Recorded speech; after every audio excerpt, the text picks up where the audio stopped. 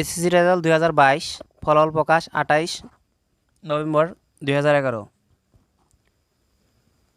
এসএমএসের মধ্যে কীভাবে দেখবেন?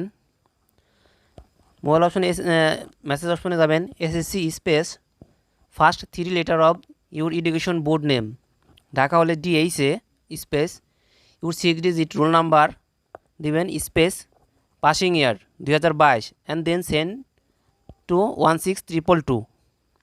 টেলিটক দিয়ে তাড়াতাড়ি এসএমএসে পাবেন। রেজাল্ট সবার আগে টেলিটক দিয়ে এসএমএস করলে তাড়াতাড়ি পাবেন। উদাহরণস্বরূপ SSC space DHA space 123456 roll number space 2022 and send to 16222। অন্য ওয়েবসাইটের মাধ্যমে কীভাবে দেখবেন চলেন দেখি। আসসালামু আলাইকুম। আজ দেখো কীভাবে আপনি এসএসসি পরীক্ষার রেজাল্ট দেখবেন। তিনটে সিস্টেমে দেখো, তিনটে ওয়েবসাইট দেখাবো, দুইটা ওয়েবসাইট দেখাবো এবং একটি এসএমএসের পদ্ধতি দেখাবো। ভালো ওয়েবসাইট দেখি। এখানে এসএসসি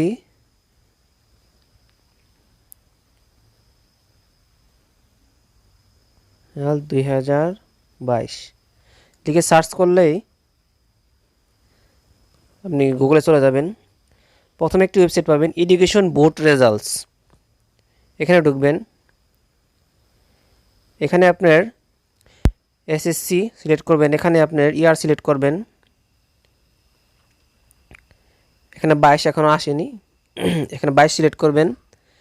তারপরে বোর্ড ঢাকা বা যেটা বোর্ড হয় আপনি ওইটা দিবেন। এখানে মাদ্রাসা বোর্ড আছে, টেকনিক্যাল।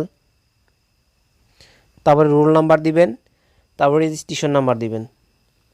তারপরে এখানে যোগফল নামাবেন, 28 যোগ 10, এখানে 10 দিয়ে সাবমিট করবেন। তারপরে আপনি রেজাল্টটা চলে আসবে।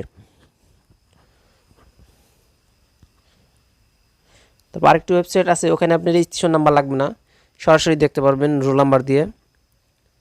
ই বোর্ড রেজাল্ট।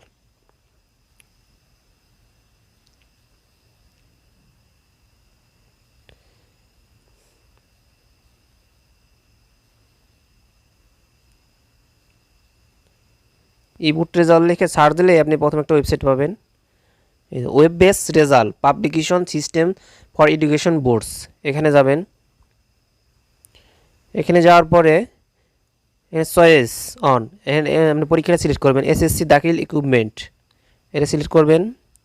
চয়েস ইয়ার 2022 সিলেক্ট করবেন। তারপর এখানে বোর্ড সিলেক্ট করবেন, যে বোর্ড হয় ঢাকা বোর্ড থাকলে ঢাকা বোর্ডই। তারপর এখানে আপনি একটা ক্যাপচার কোড আসবে, ওইখানে ক্যাপচার কোডটা সিলেক্ট করার পরে আপনি সাবমিট দিলে রেজাল্ট পেয়ে যাবেন। ওকে, থ্যাংক ইউ।